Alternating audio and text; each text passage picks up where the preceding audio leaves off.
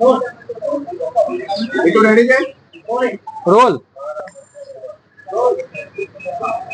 અમદાવાદમાં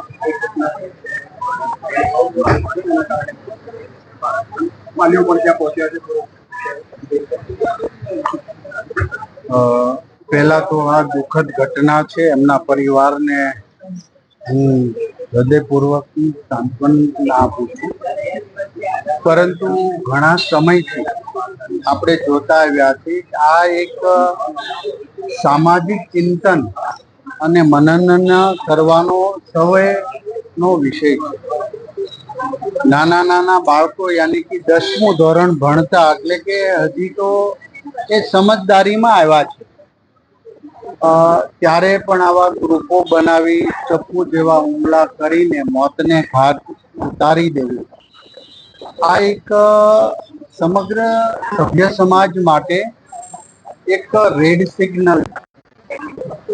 અને તમામ શાળાઓ, કોલેજો વગેરેમાં શાળાના આચાર્ય અને શિક્ષકોની આવા વિકૃતિ માનસિક ધરાવતા અને સોશિયલ મીડિયા સાથે સંકળાઈને પોતે હીરોગીરી કરવાનો શોખ થયો હોય એની ઉપર બાજ નજર રાખવી જોઈએ.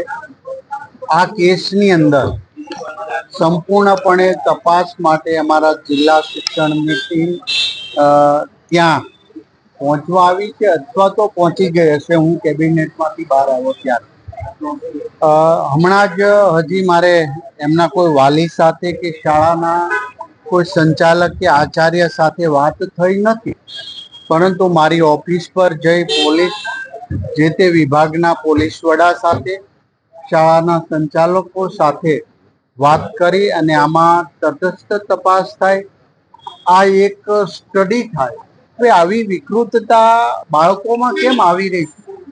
આ એક શિક્ષણની અંદર ભણતા નાના નાના ટાબરિયાઓ કહી શકાય કે બાળકો, એમાં મર્ડર સુધી પહોંચવું એ ખૂબ જ ગંભીર બાબત છે.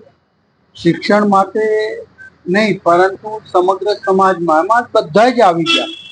આ કોઈના ઉપર, શાળા ઉપર ઢોળી દે કે વાલીઓ ઉપર ઢોળી દઈને તૂટી જવાની વાત નથી, પરંતુ હવે પછી આવા બનાવો ન થાય એ માટે સમગ્ર શિક્ષણ વિભાગની અંદર પણ અમે રાય લેશું અને એનું મનન ને ચિંતન થાય. અને આવી માનસિકતા ધરાવતા ગ્રુપ ધરાવતા, એમાં પણ ગ્રુપ હોય છે કોલેજોમાં કે ચૂંટણી, જીએસની ચૂંટણી થતી હોય ને રાગદ્વેષ, આ બાળકોને આપણે આધ્યાત્મિકતા સાથે શિક્ષણ પ્રાપ્ત થાય એવા હેતુ તો અમે બાળપણથી શરૂ કરી રહ્યા છીએ ને કર્યા છે, પરંતુ હજી આમાં ડીપમાં આની તપાસ થાય અને એ પરિવારને ન્યાય મળે એ બાબતે અમે ચોક્કસ પ્રકારે હમણાં મીટિંગ કરીશું.